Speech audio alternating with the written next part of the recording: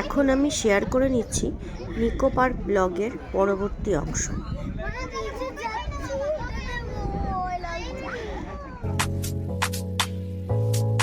মুনরেকার্স থেকে বেরিয়েই মা ও ছেলে দৌড়লাম পরবর্তী শো দেখার জন্য। ততক্ষণে সময় হয়ে গেছিল আর শো শুরু হয়ে গিয়েছিল। যাই হোক, শো দেখার পরেই মনে পড়ল লাঞ্চ করা এখনও বাকি। তখন লাঞ্চের জন্য চলে গেলাম KFC-তে। রাইস বোলস নিয়ে দুজনে মিলে লাঞ্চ সেরে ফেললাম। লাঞ্চ কমপ্লিট করেই চলে গেলাম পরবর্তী রাইডের দিকে, ওয়াটার কোস্টার। এই রাইডটা অতটাও সহজ রাইড নয়, বেশ স্ক্যারি। তাই জন্য ওখান থেকে কিন্তু আমরা আর রাইডে চড়াকালীন ভিডিও বানাতে পারিনি। তাই কয়েকটা টুক করে ছবি তুলে ফেলেছি। আর একটু আগের যে রাইডগুলো হচ্ছিল তার একটুখানি ভিডিও করে ফেলেছি। আমাদের পরবর্তী রাইড ছিল রিভার কেভ। আর এই রিভার কেভ হচ্ছে আমার ভীষণ পছন্দের বা বলতে পারি সব থেকে প্রিয় একটি রাইড। এই আমরা বোটের ওপর বসে পড়েছি আর বোট চলতে চলতে ঢুকে যাচ্ছে কেভের ভেতরে।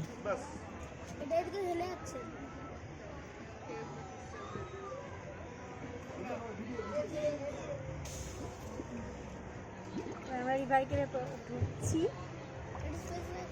খুব এক্সাইটেড। অনেক বছর আগে একবার এসেছিলাম। ভালো করে দেখি, তুই দেখবি বলেই জাস্ট দেখলাম, মানে আমাদের দেখা ঠিক না।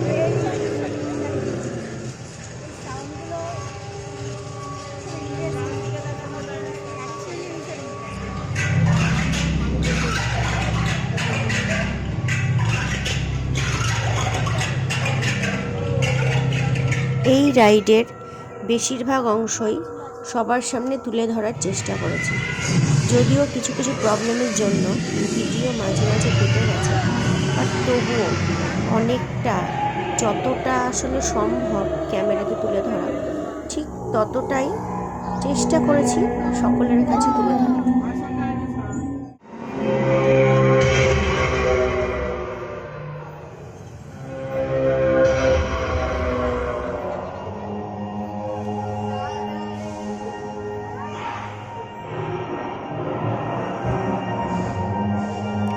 উপযুক্ত ব্যাকগ্রাউন্ড মিউজিক বা আবহ সঙ্গীতের জন্য এই পরিবেশটা আরও বেশি রোমাঞ্চকর হয়ে উঠেছিল।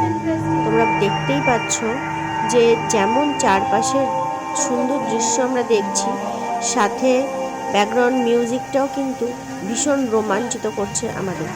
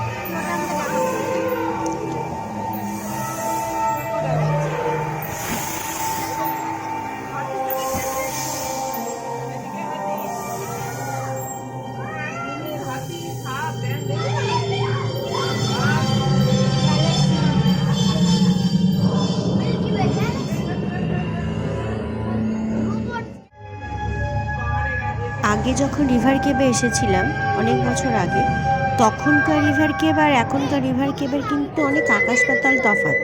এখন অনেক বেশি রোমাঞ্চকর হয়ে উঠেছে এই রিভার কেভ রাইডটা। আর আমি তো ভীষণ ভীষণ ভালোভাবে এনজয় করেছি এই রাইড। ব্যাস, এবার এই রাইডটাও শেষ করে আমরা ধীরে ধীরে এগোচ্ছি কেভের বাইরের দিকে। আমাদের পরবর্তী রাইড ছিল ক্রেজি টি পার্টি। এই কাপের ভেতরে ঢুকে বসে নিয়ে এটাকে এনজয় করা, এটা বাচ্চাদের জন্য কিন্তু বেশ আনন্দদায়ক।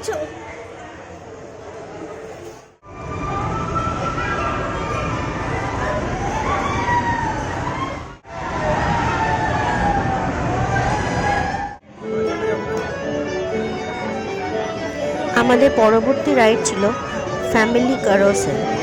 এই রাইডটাও বাচ্চাদের জন্য ভীষণ ভীষণ আনন্দদায়ক, সাথে কিন্তু অনেক বড়রাও মানে এজেড পার্সনরাও কিন্তু এই রাইডটা খুব সেফলি মজা নিয়েছে।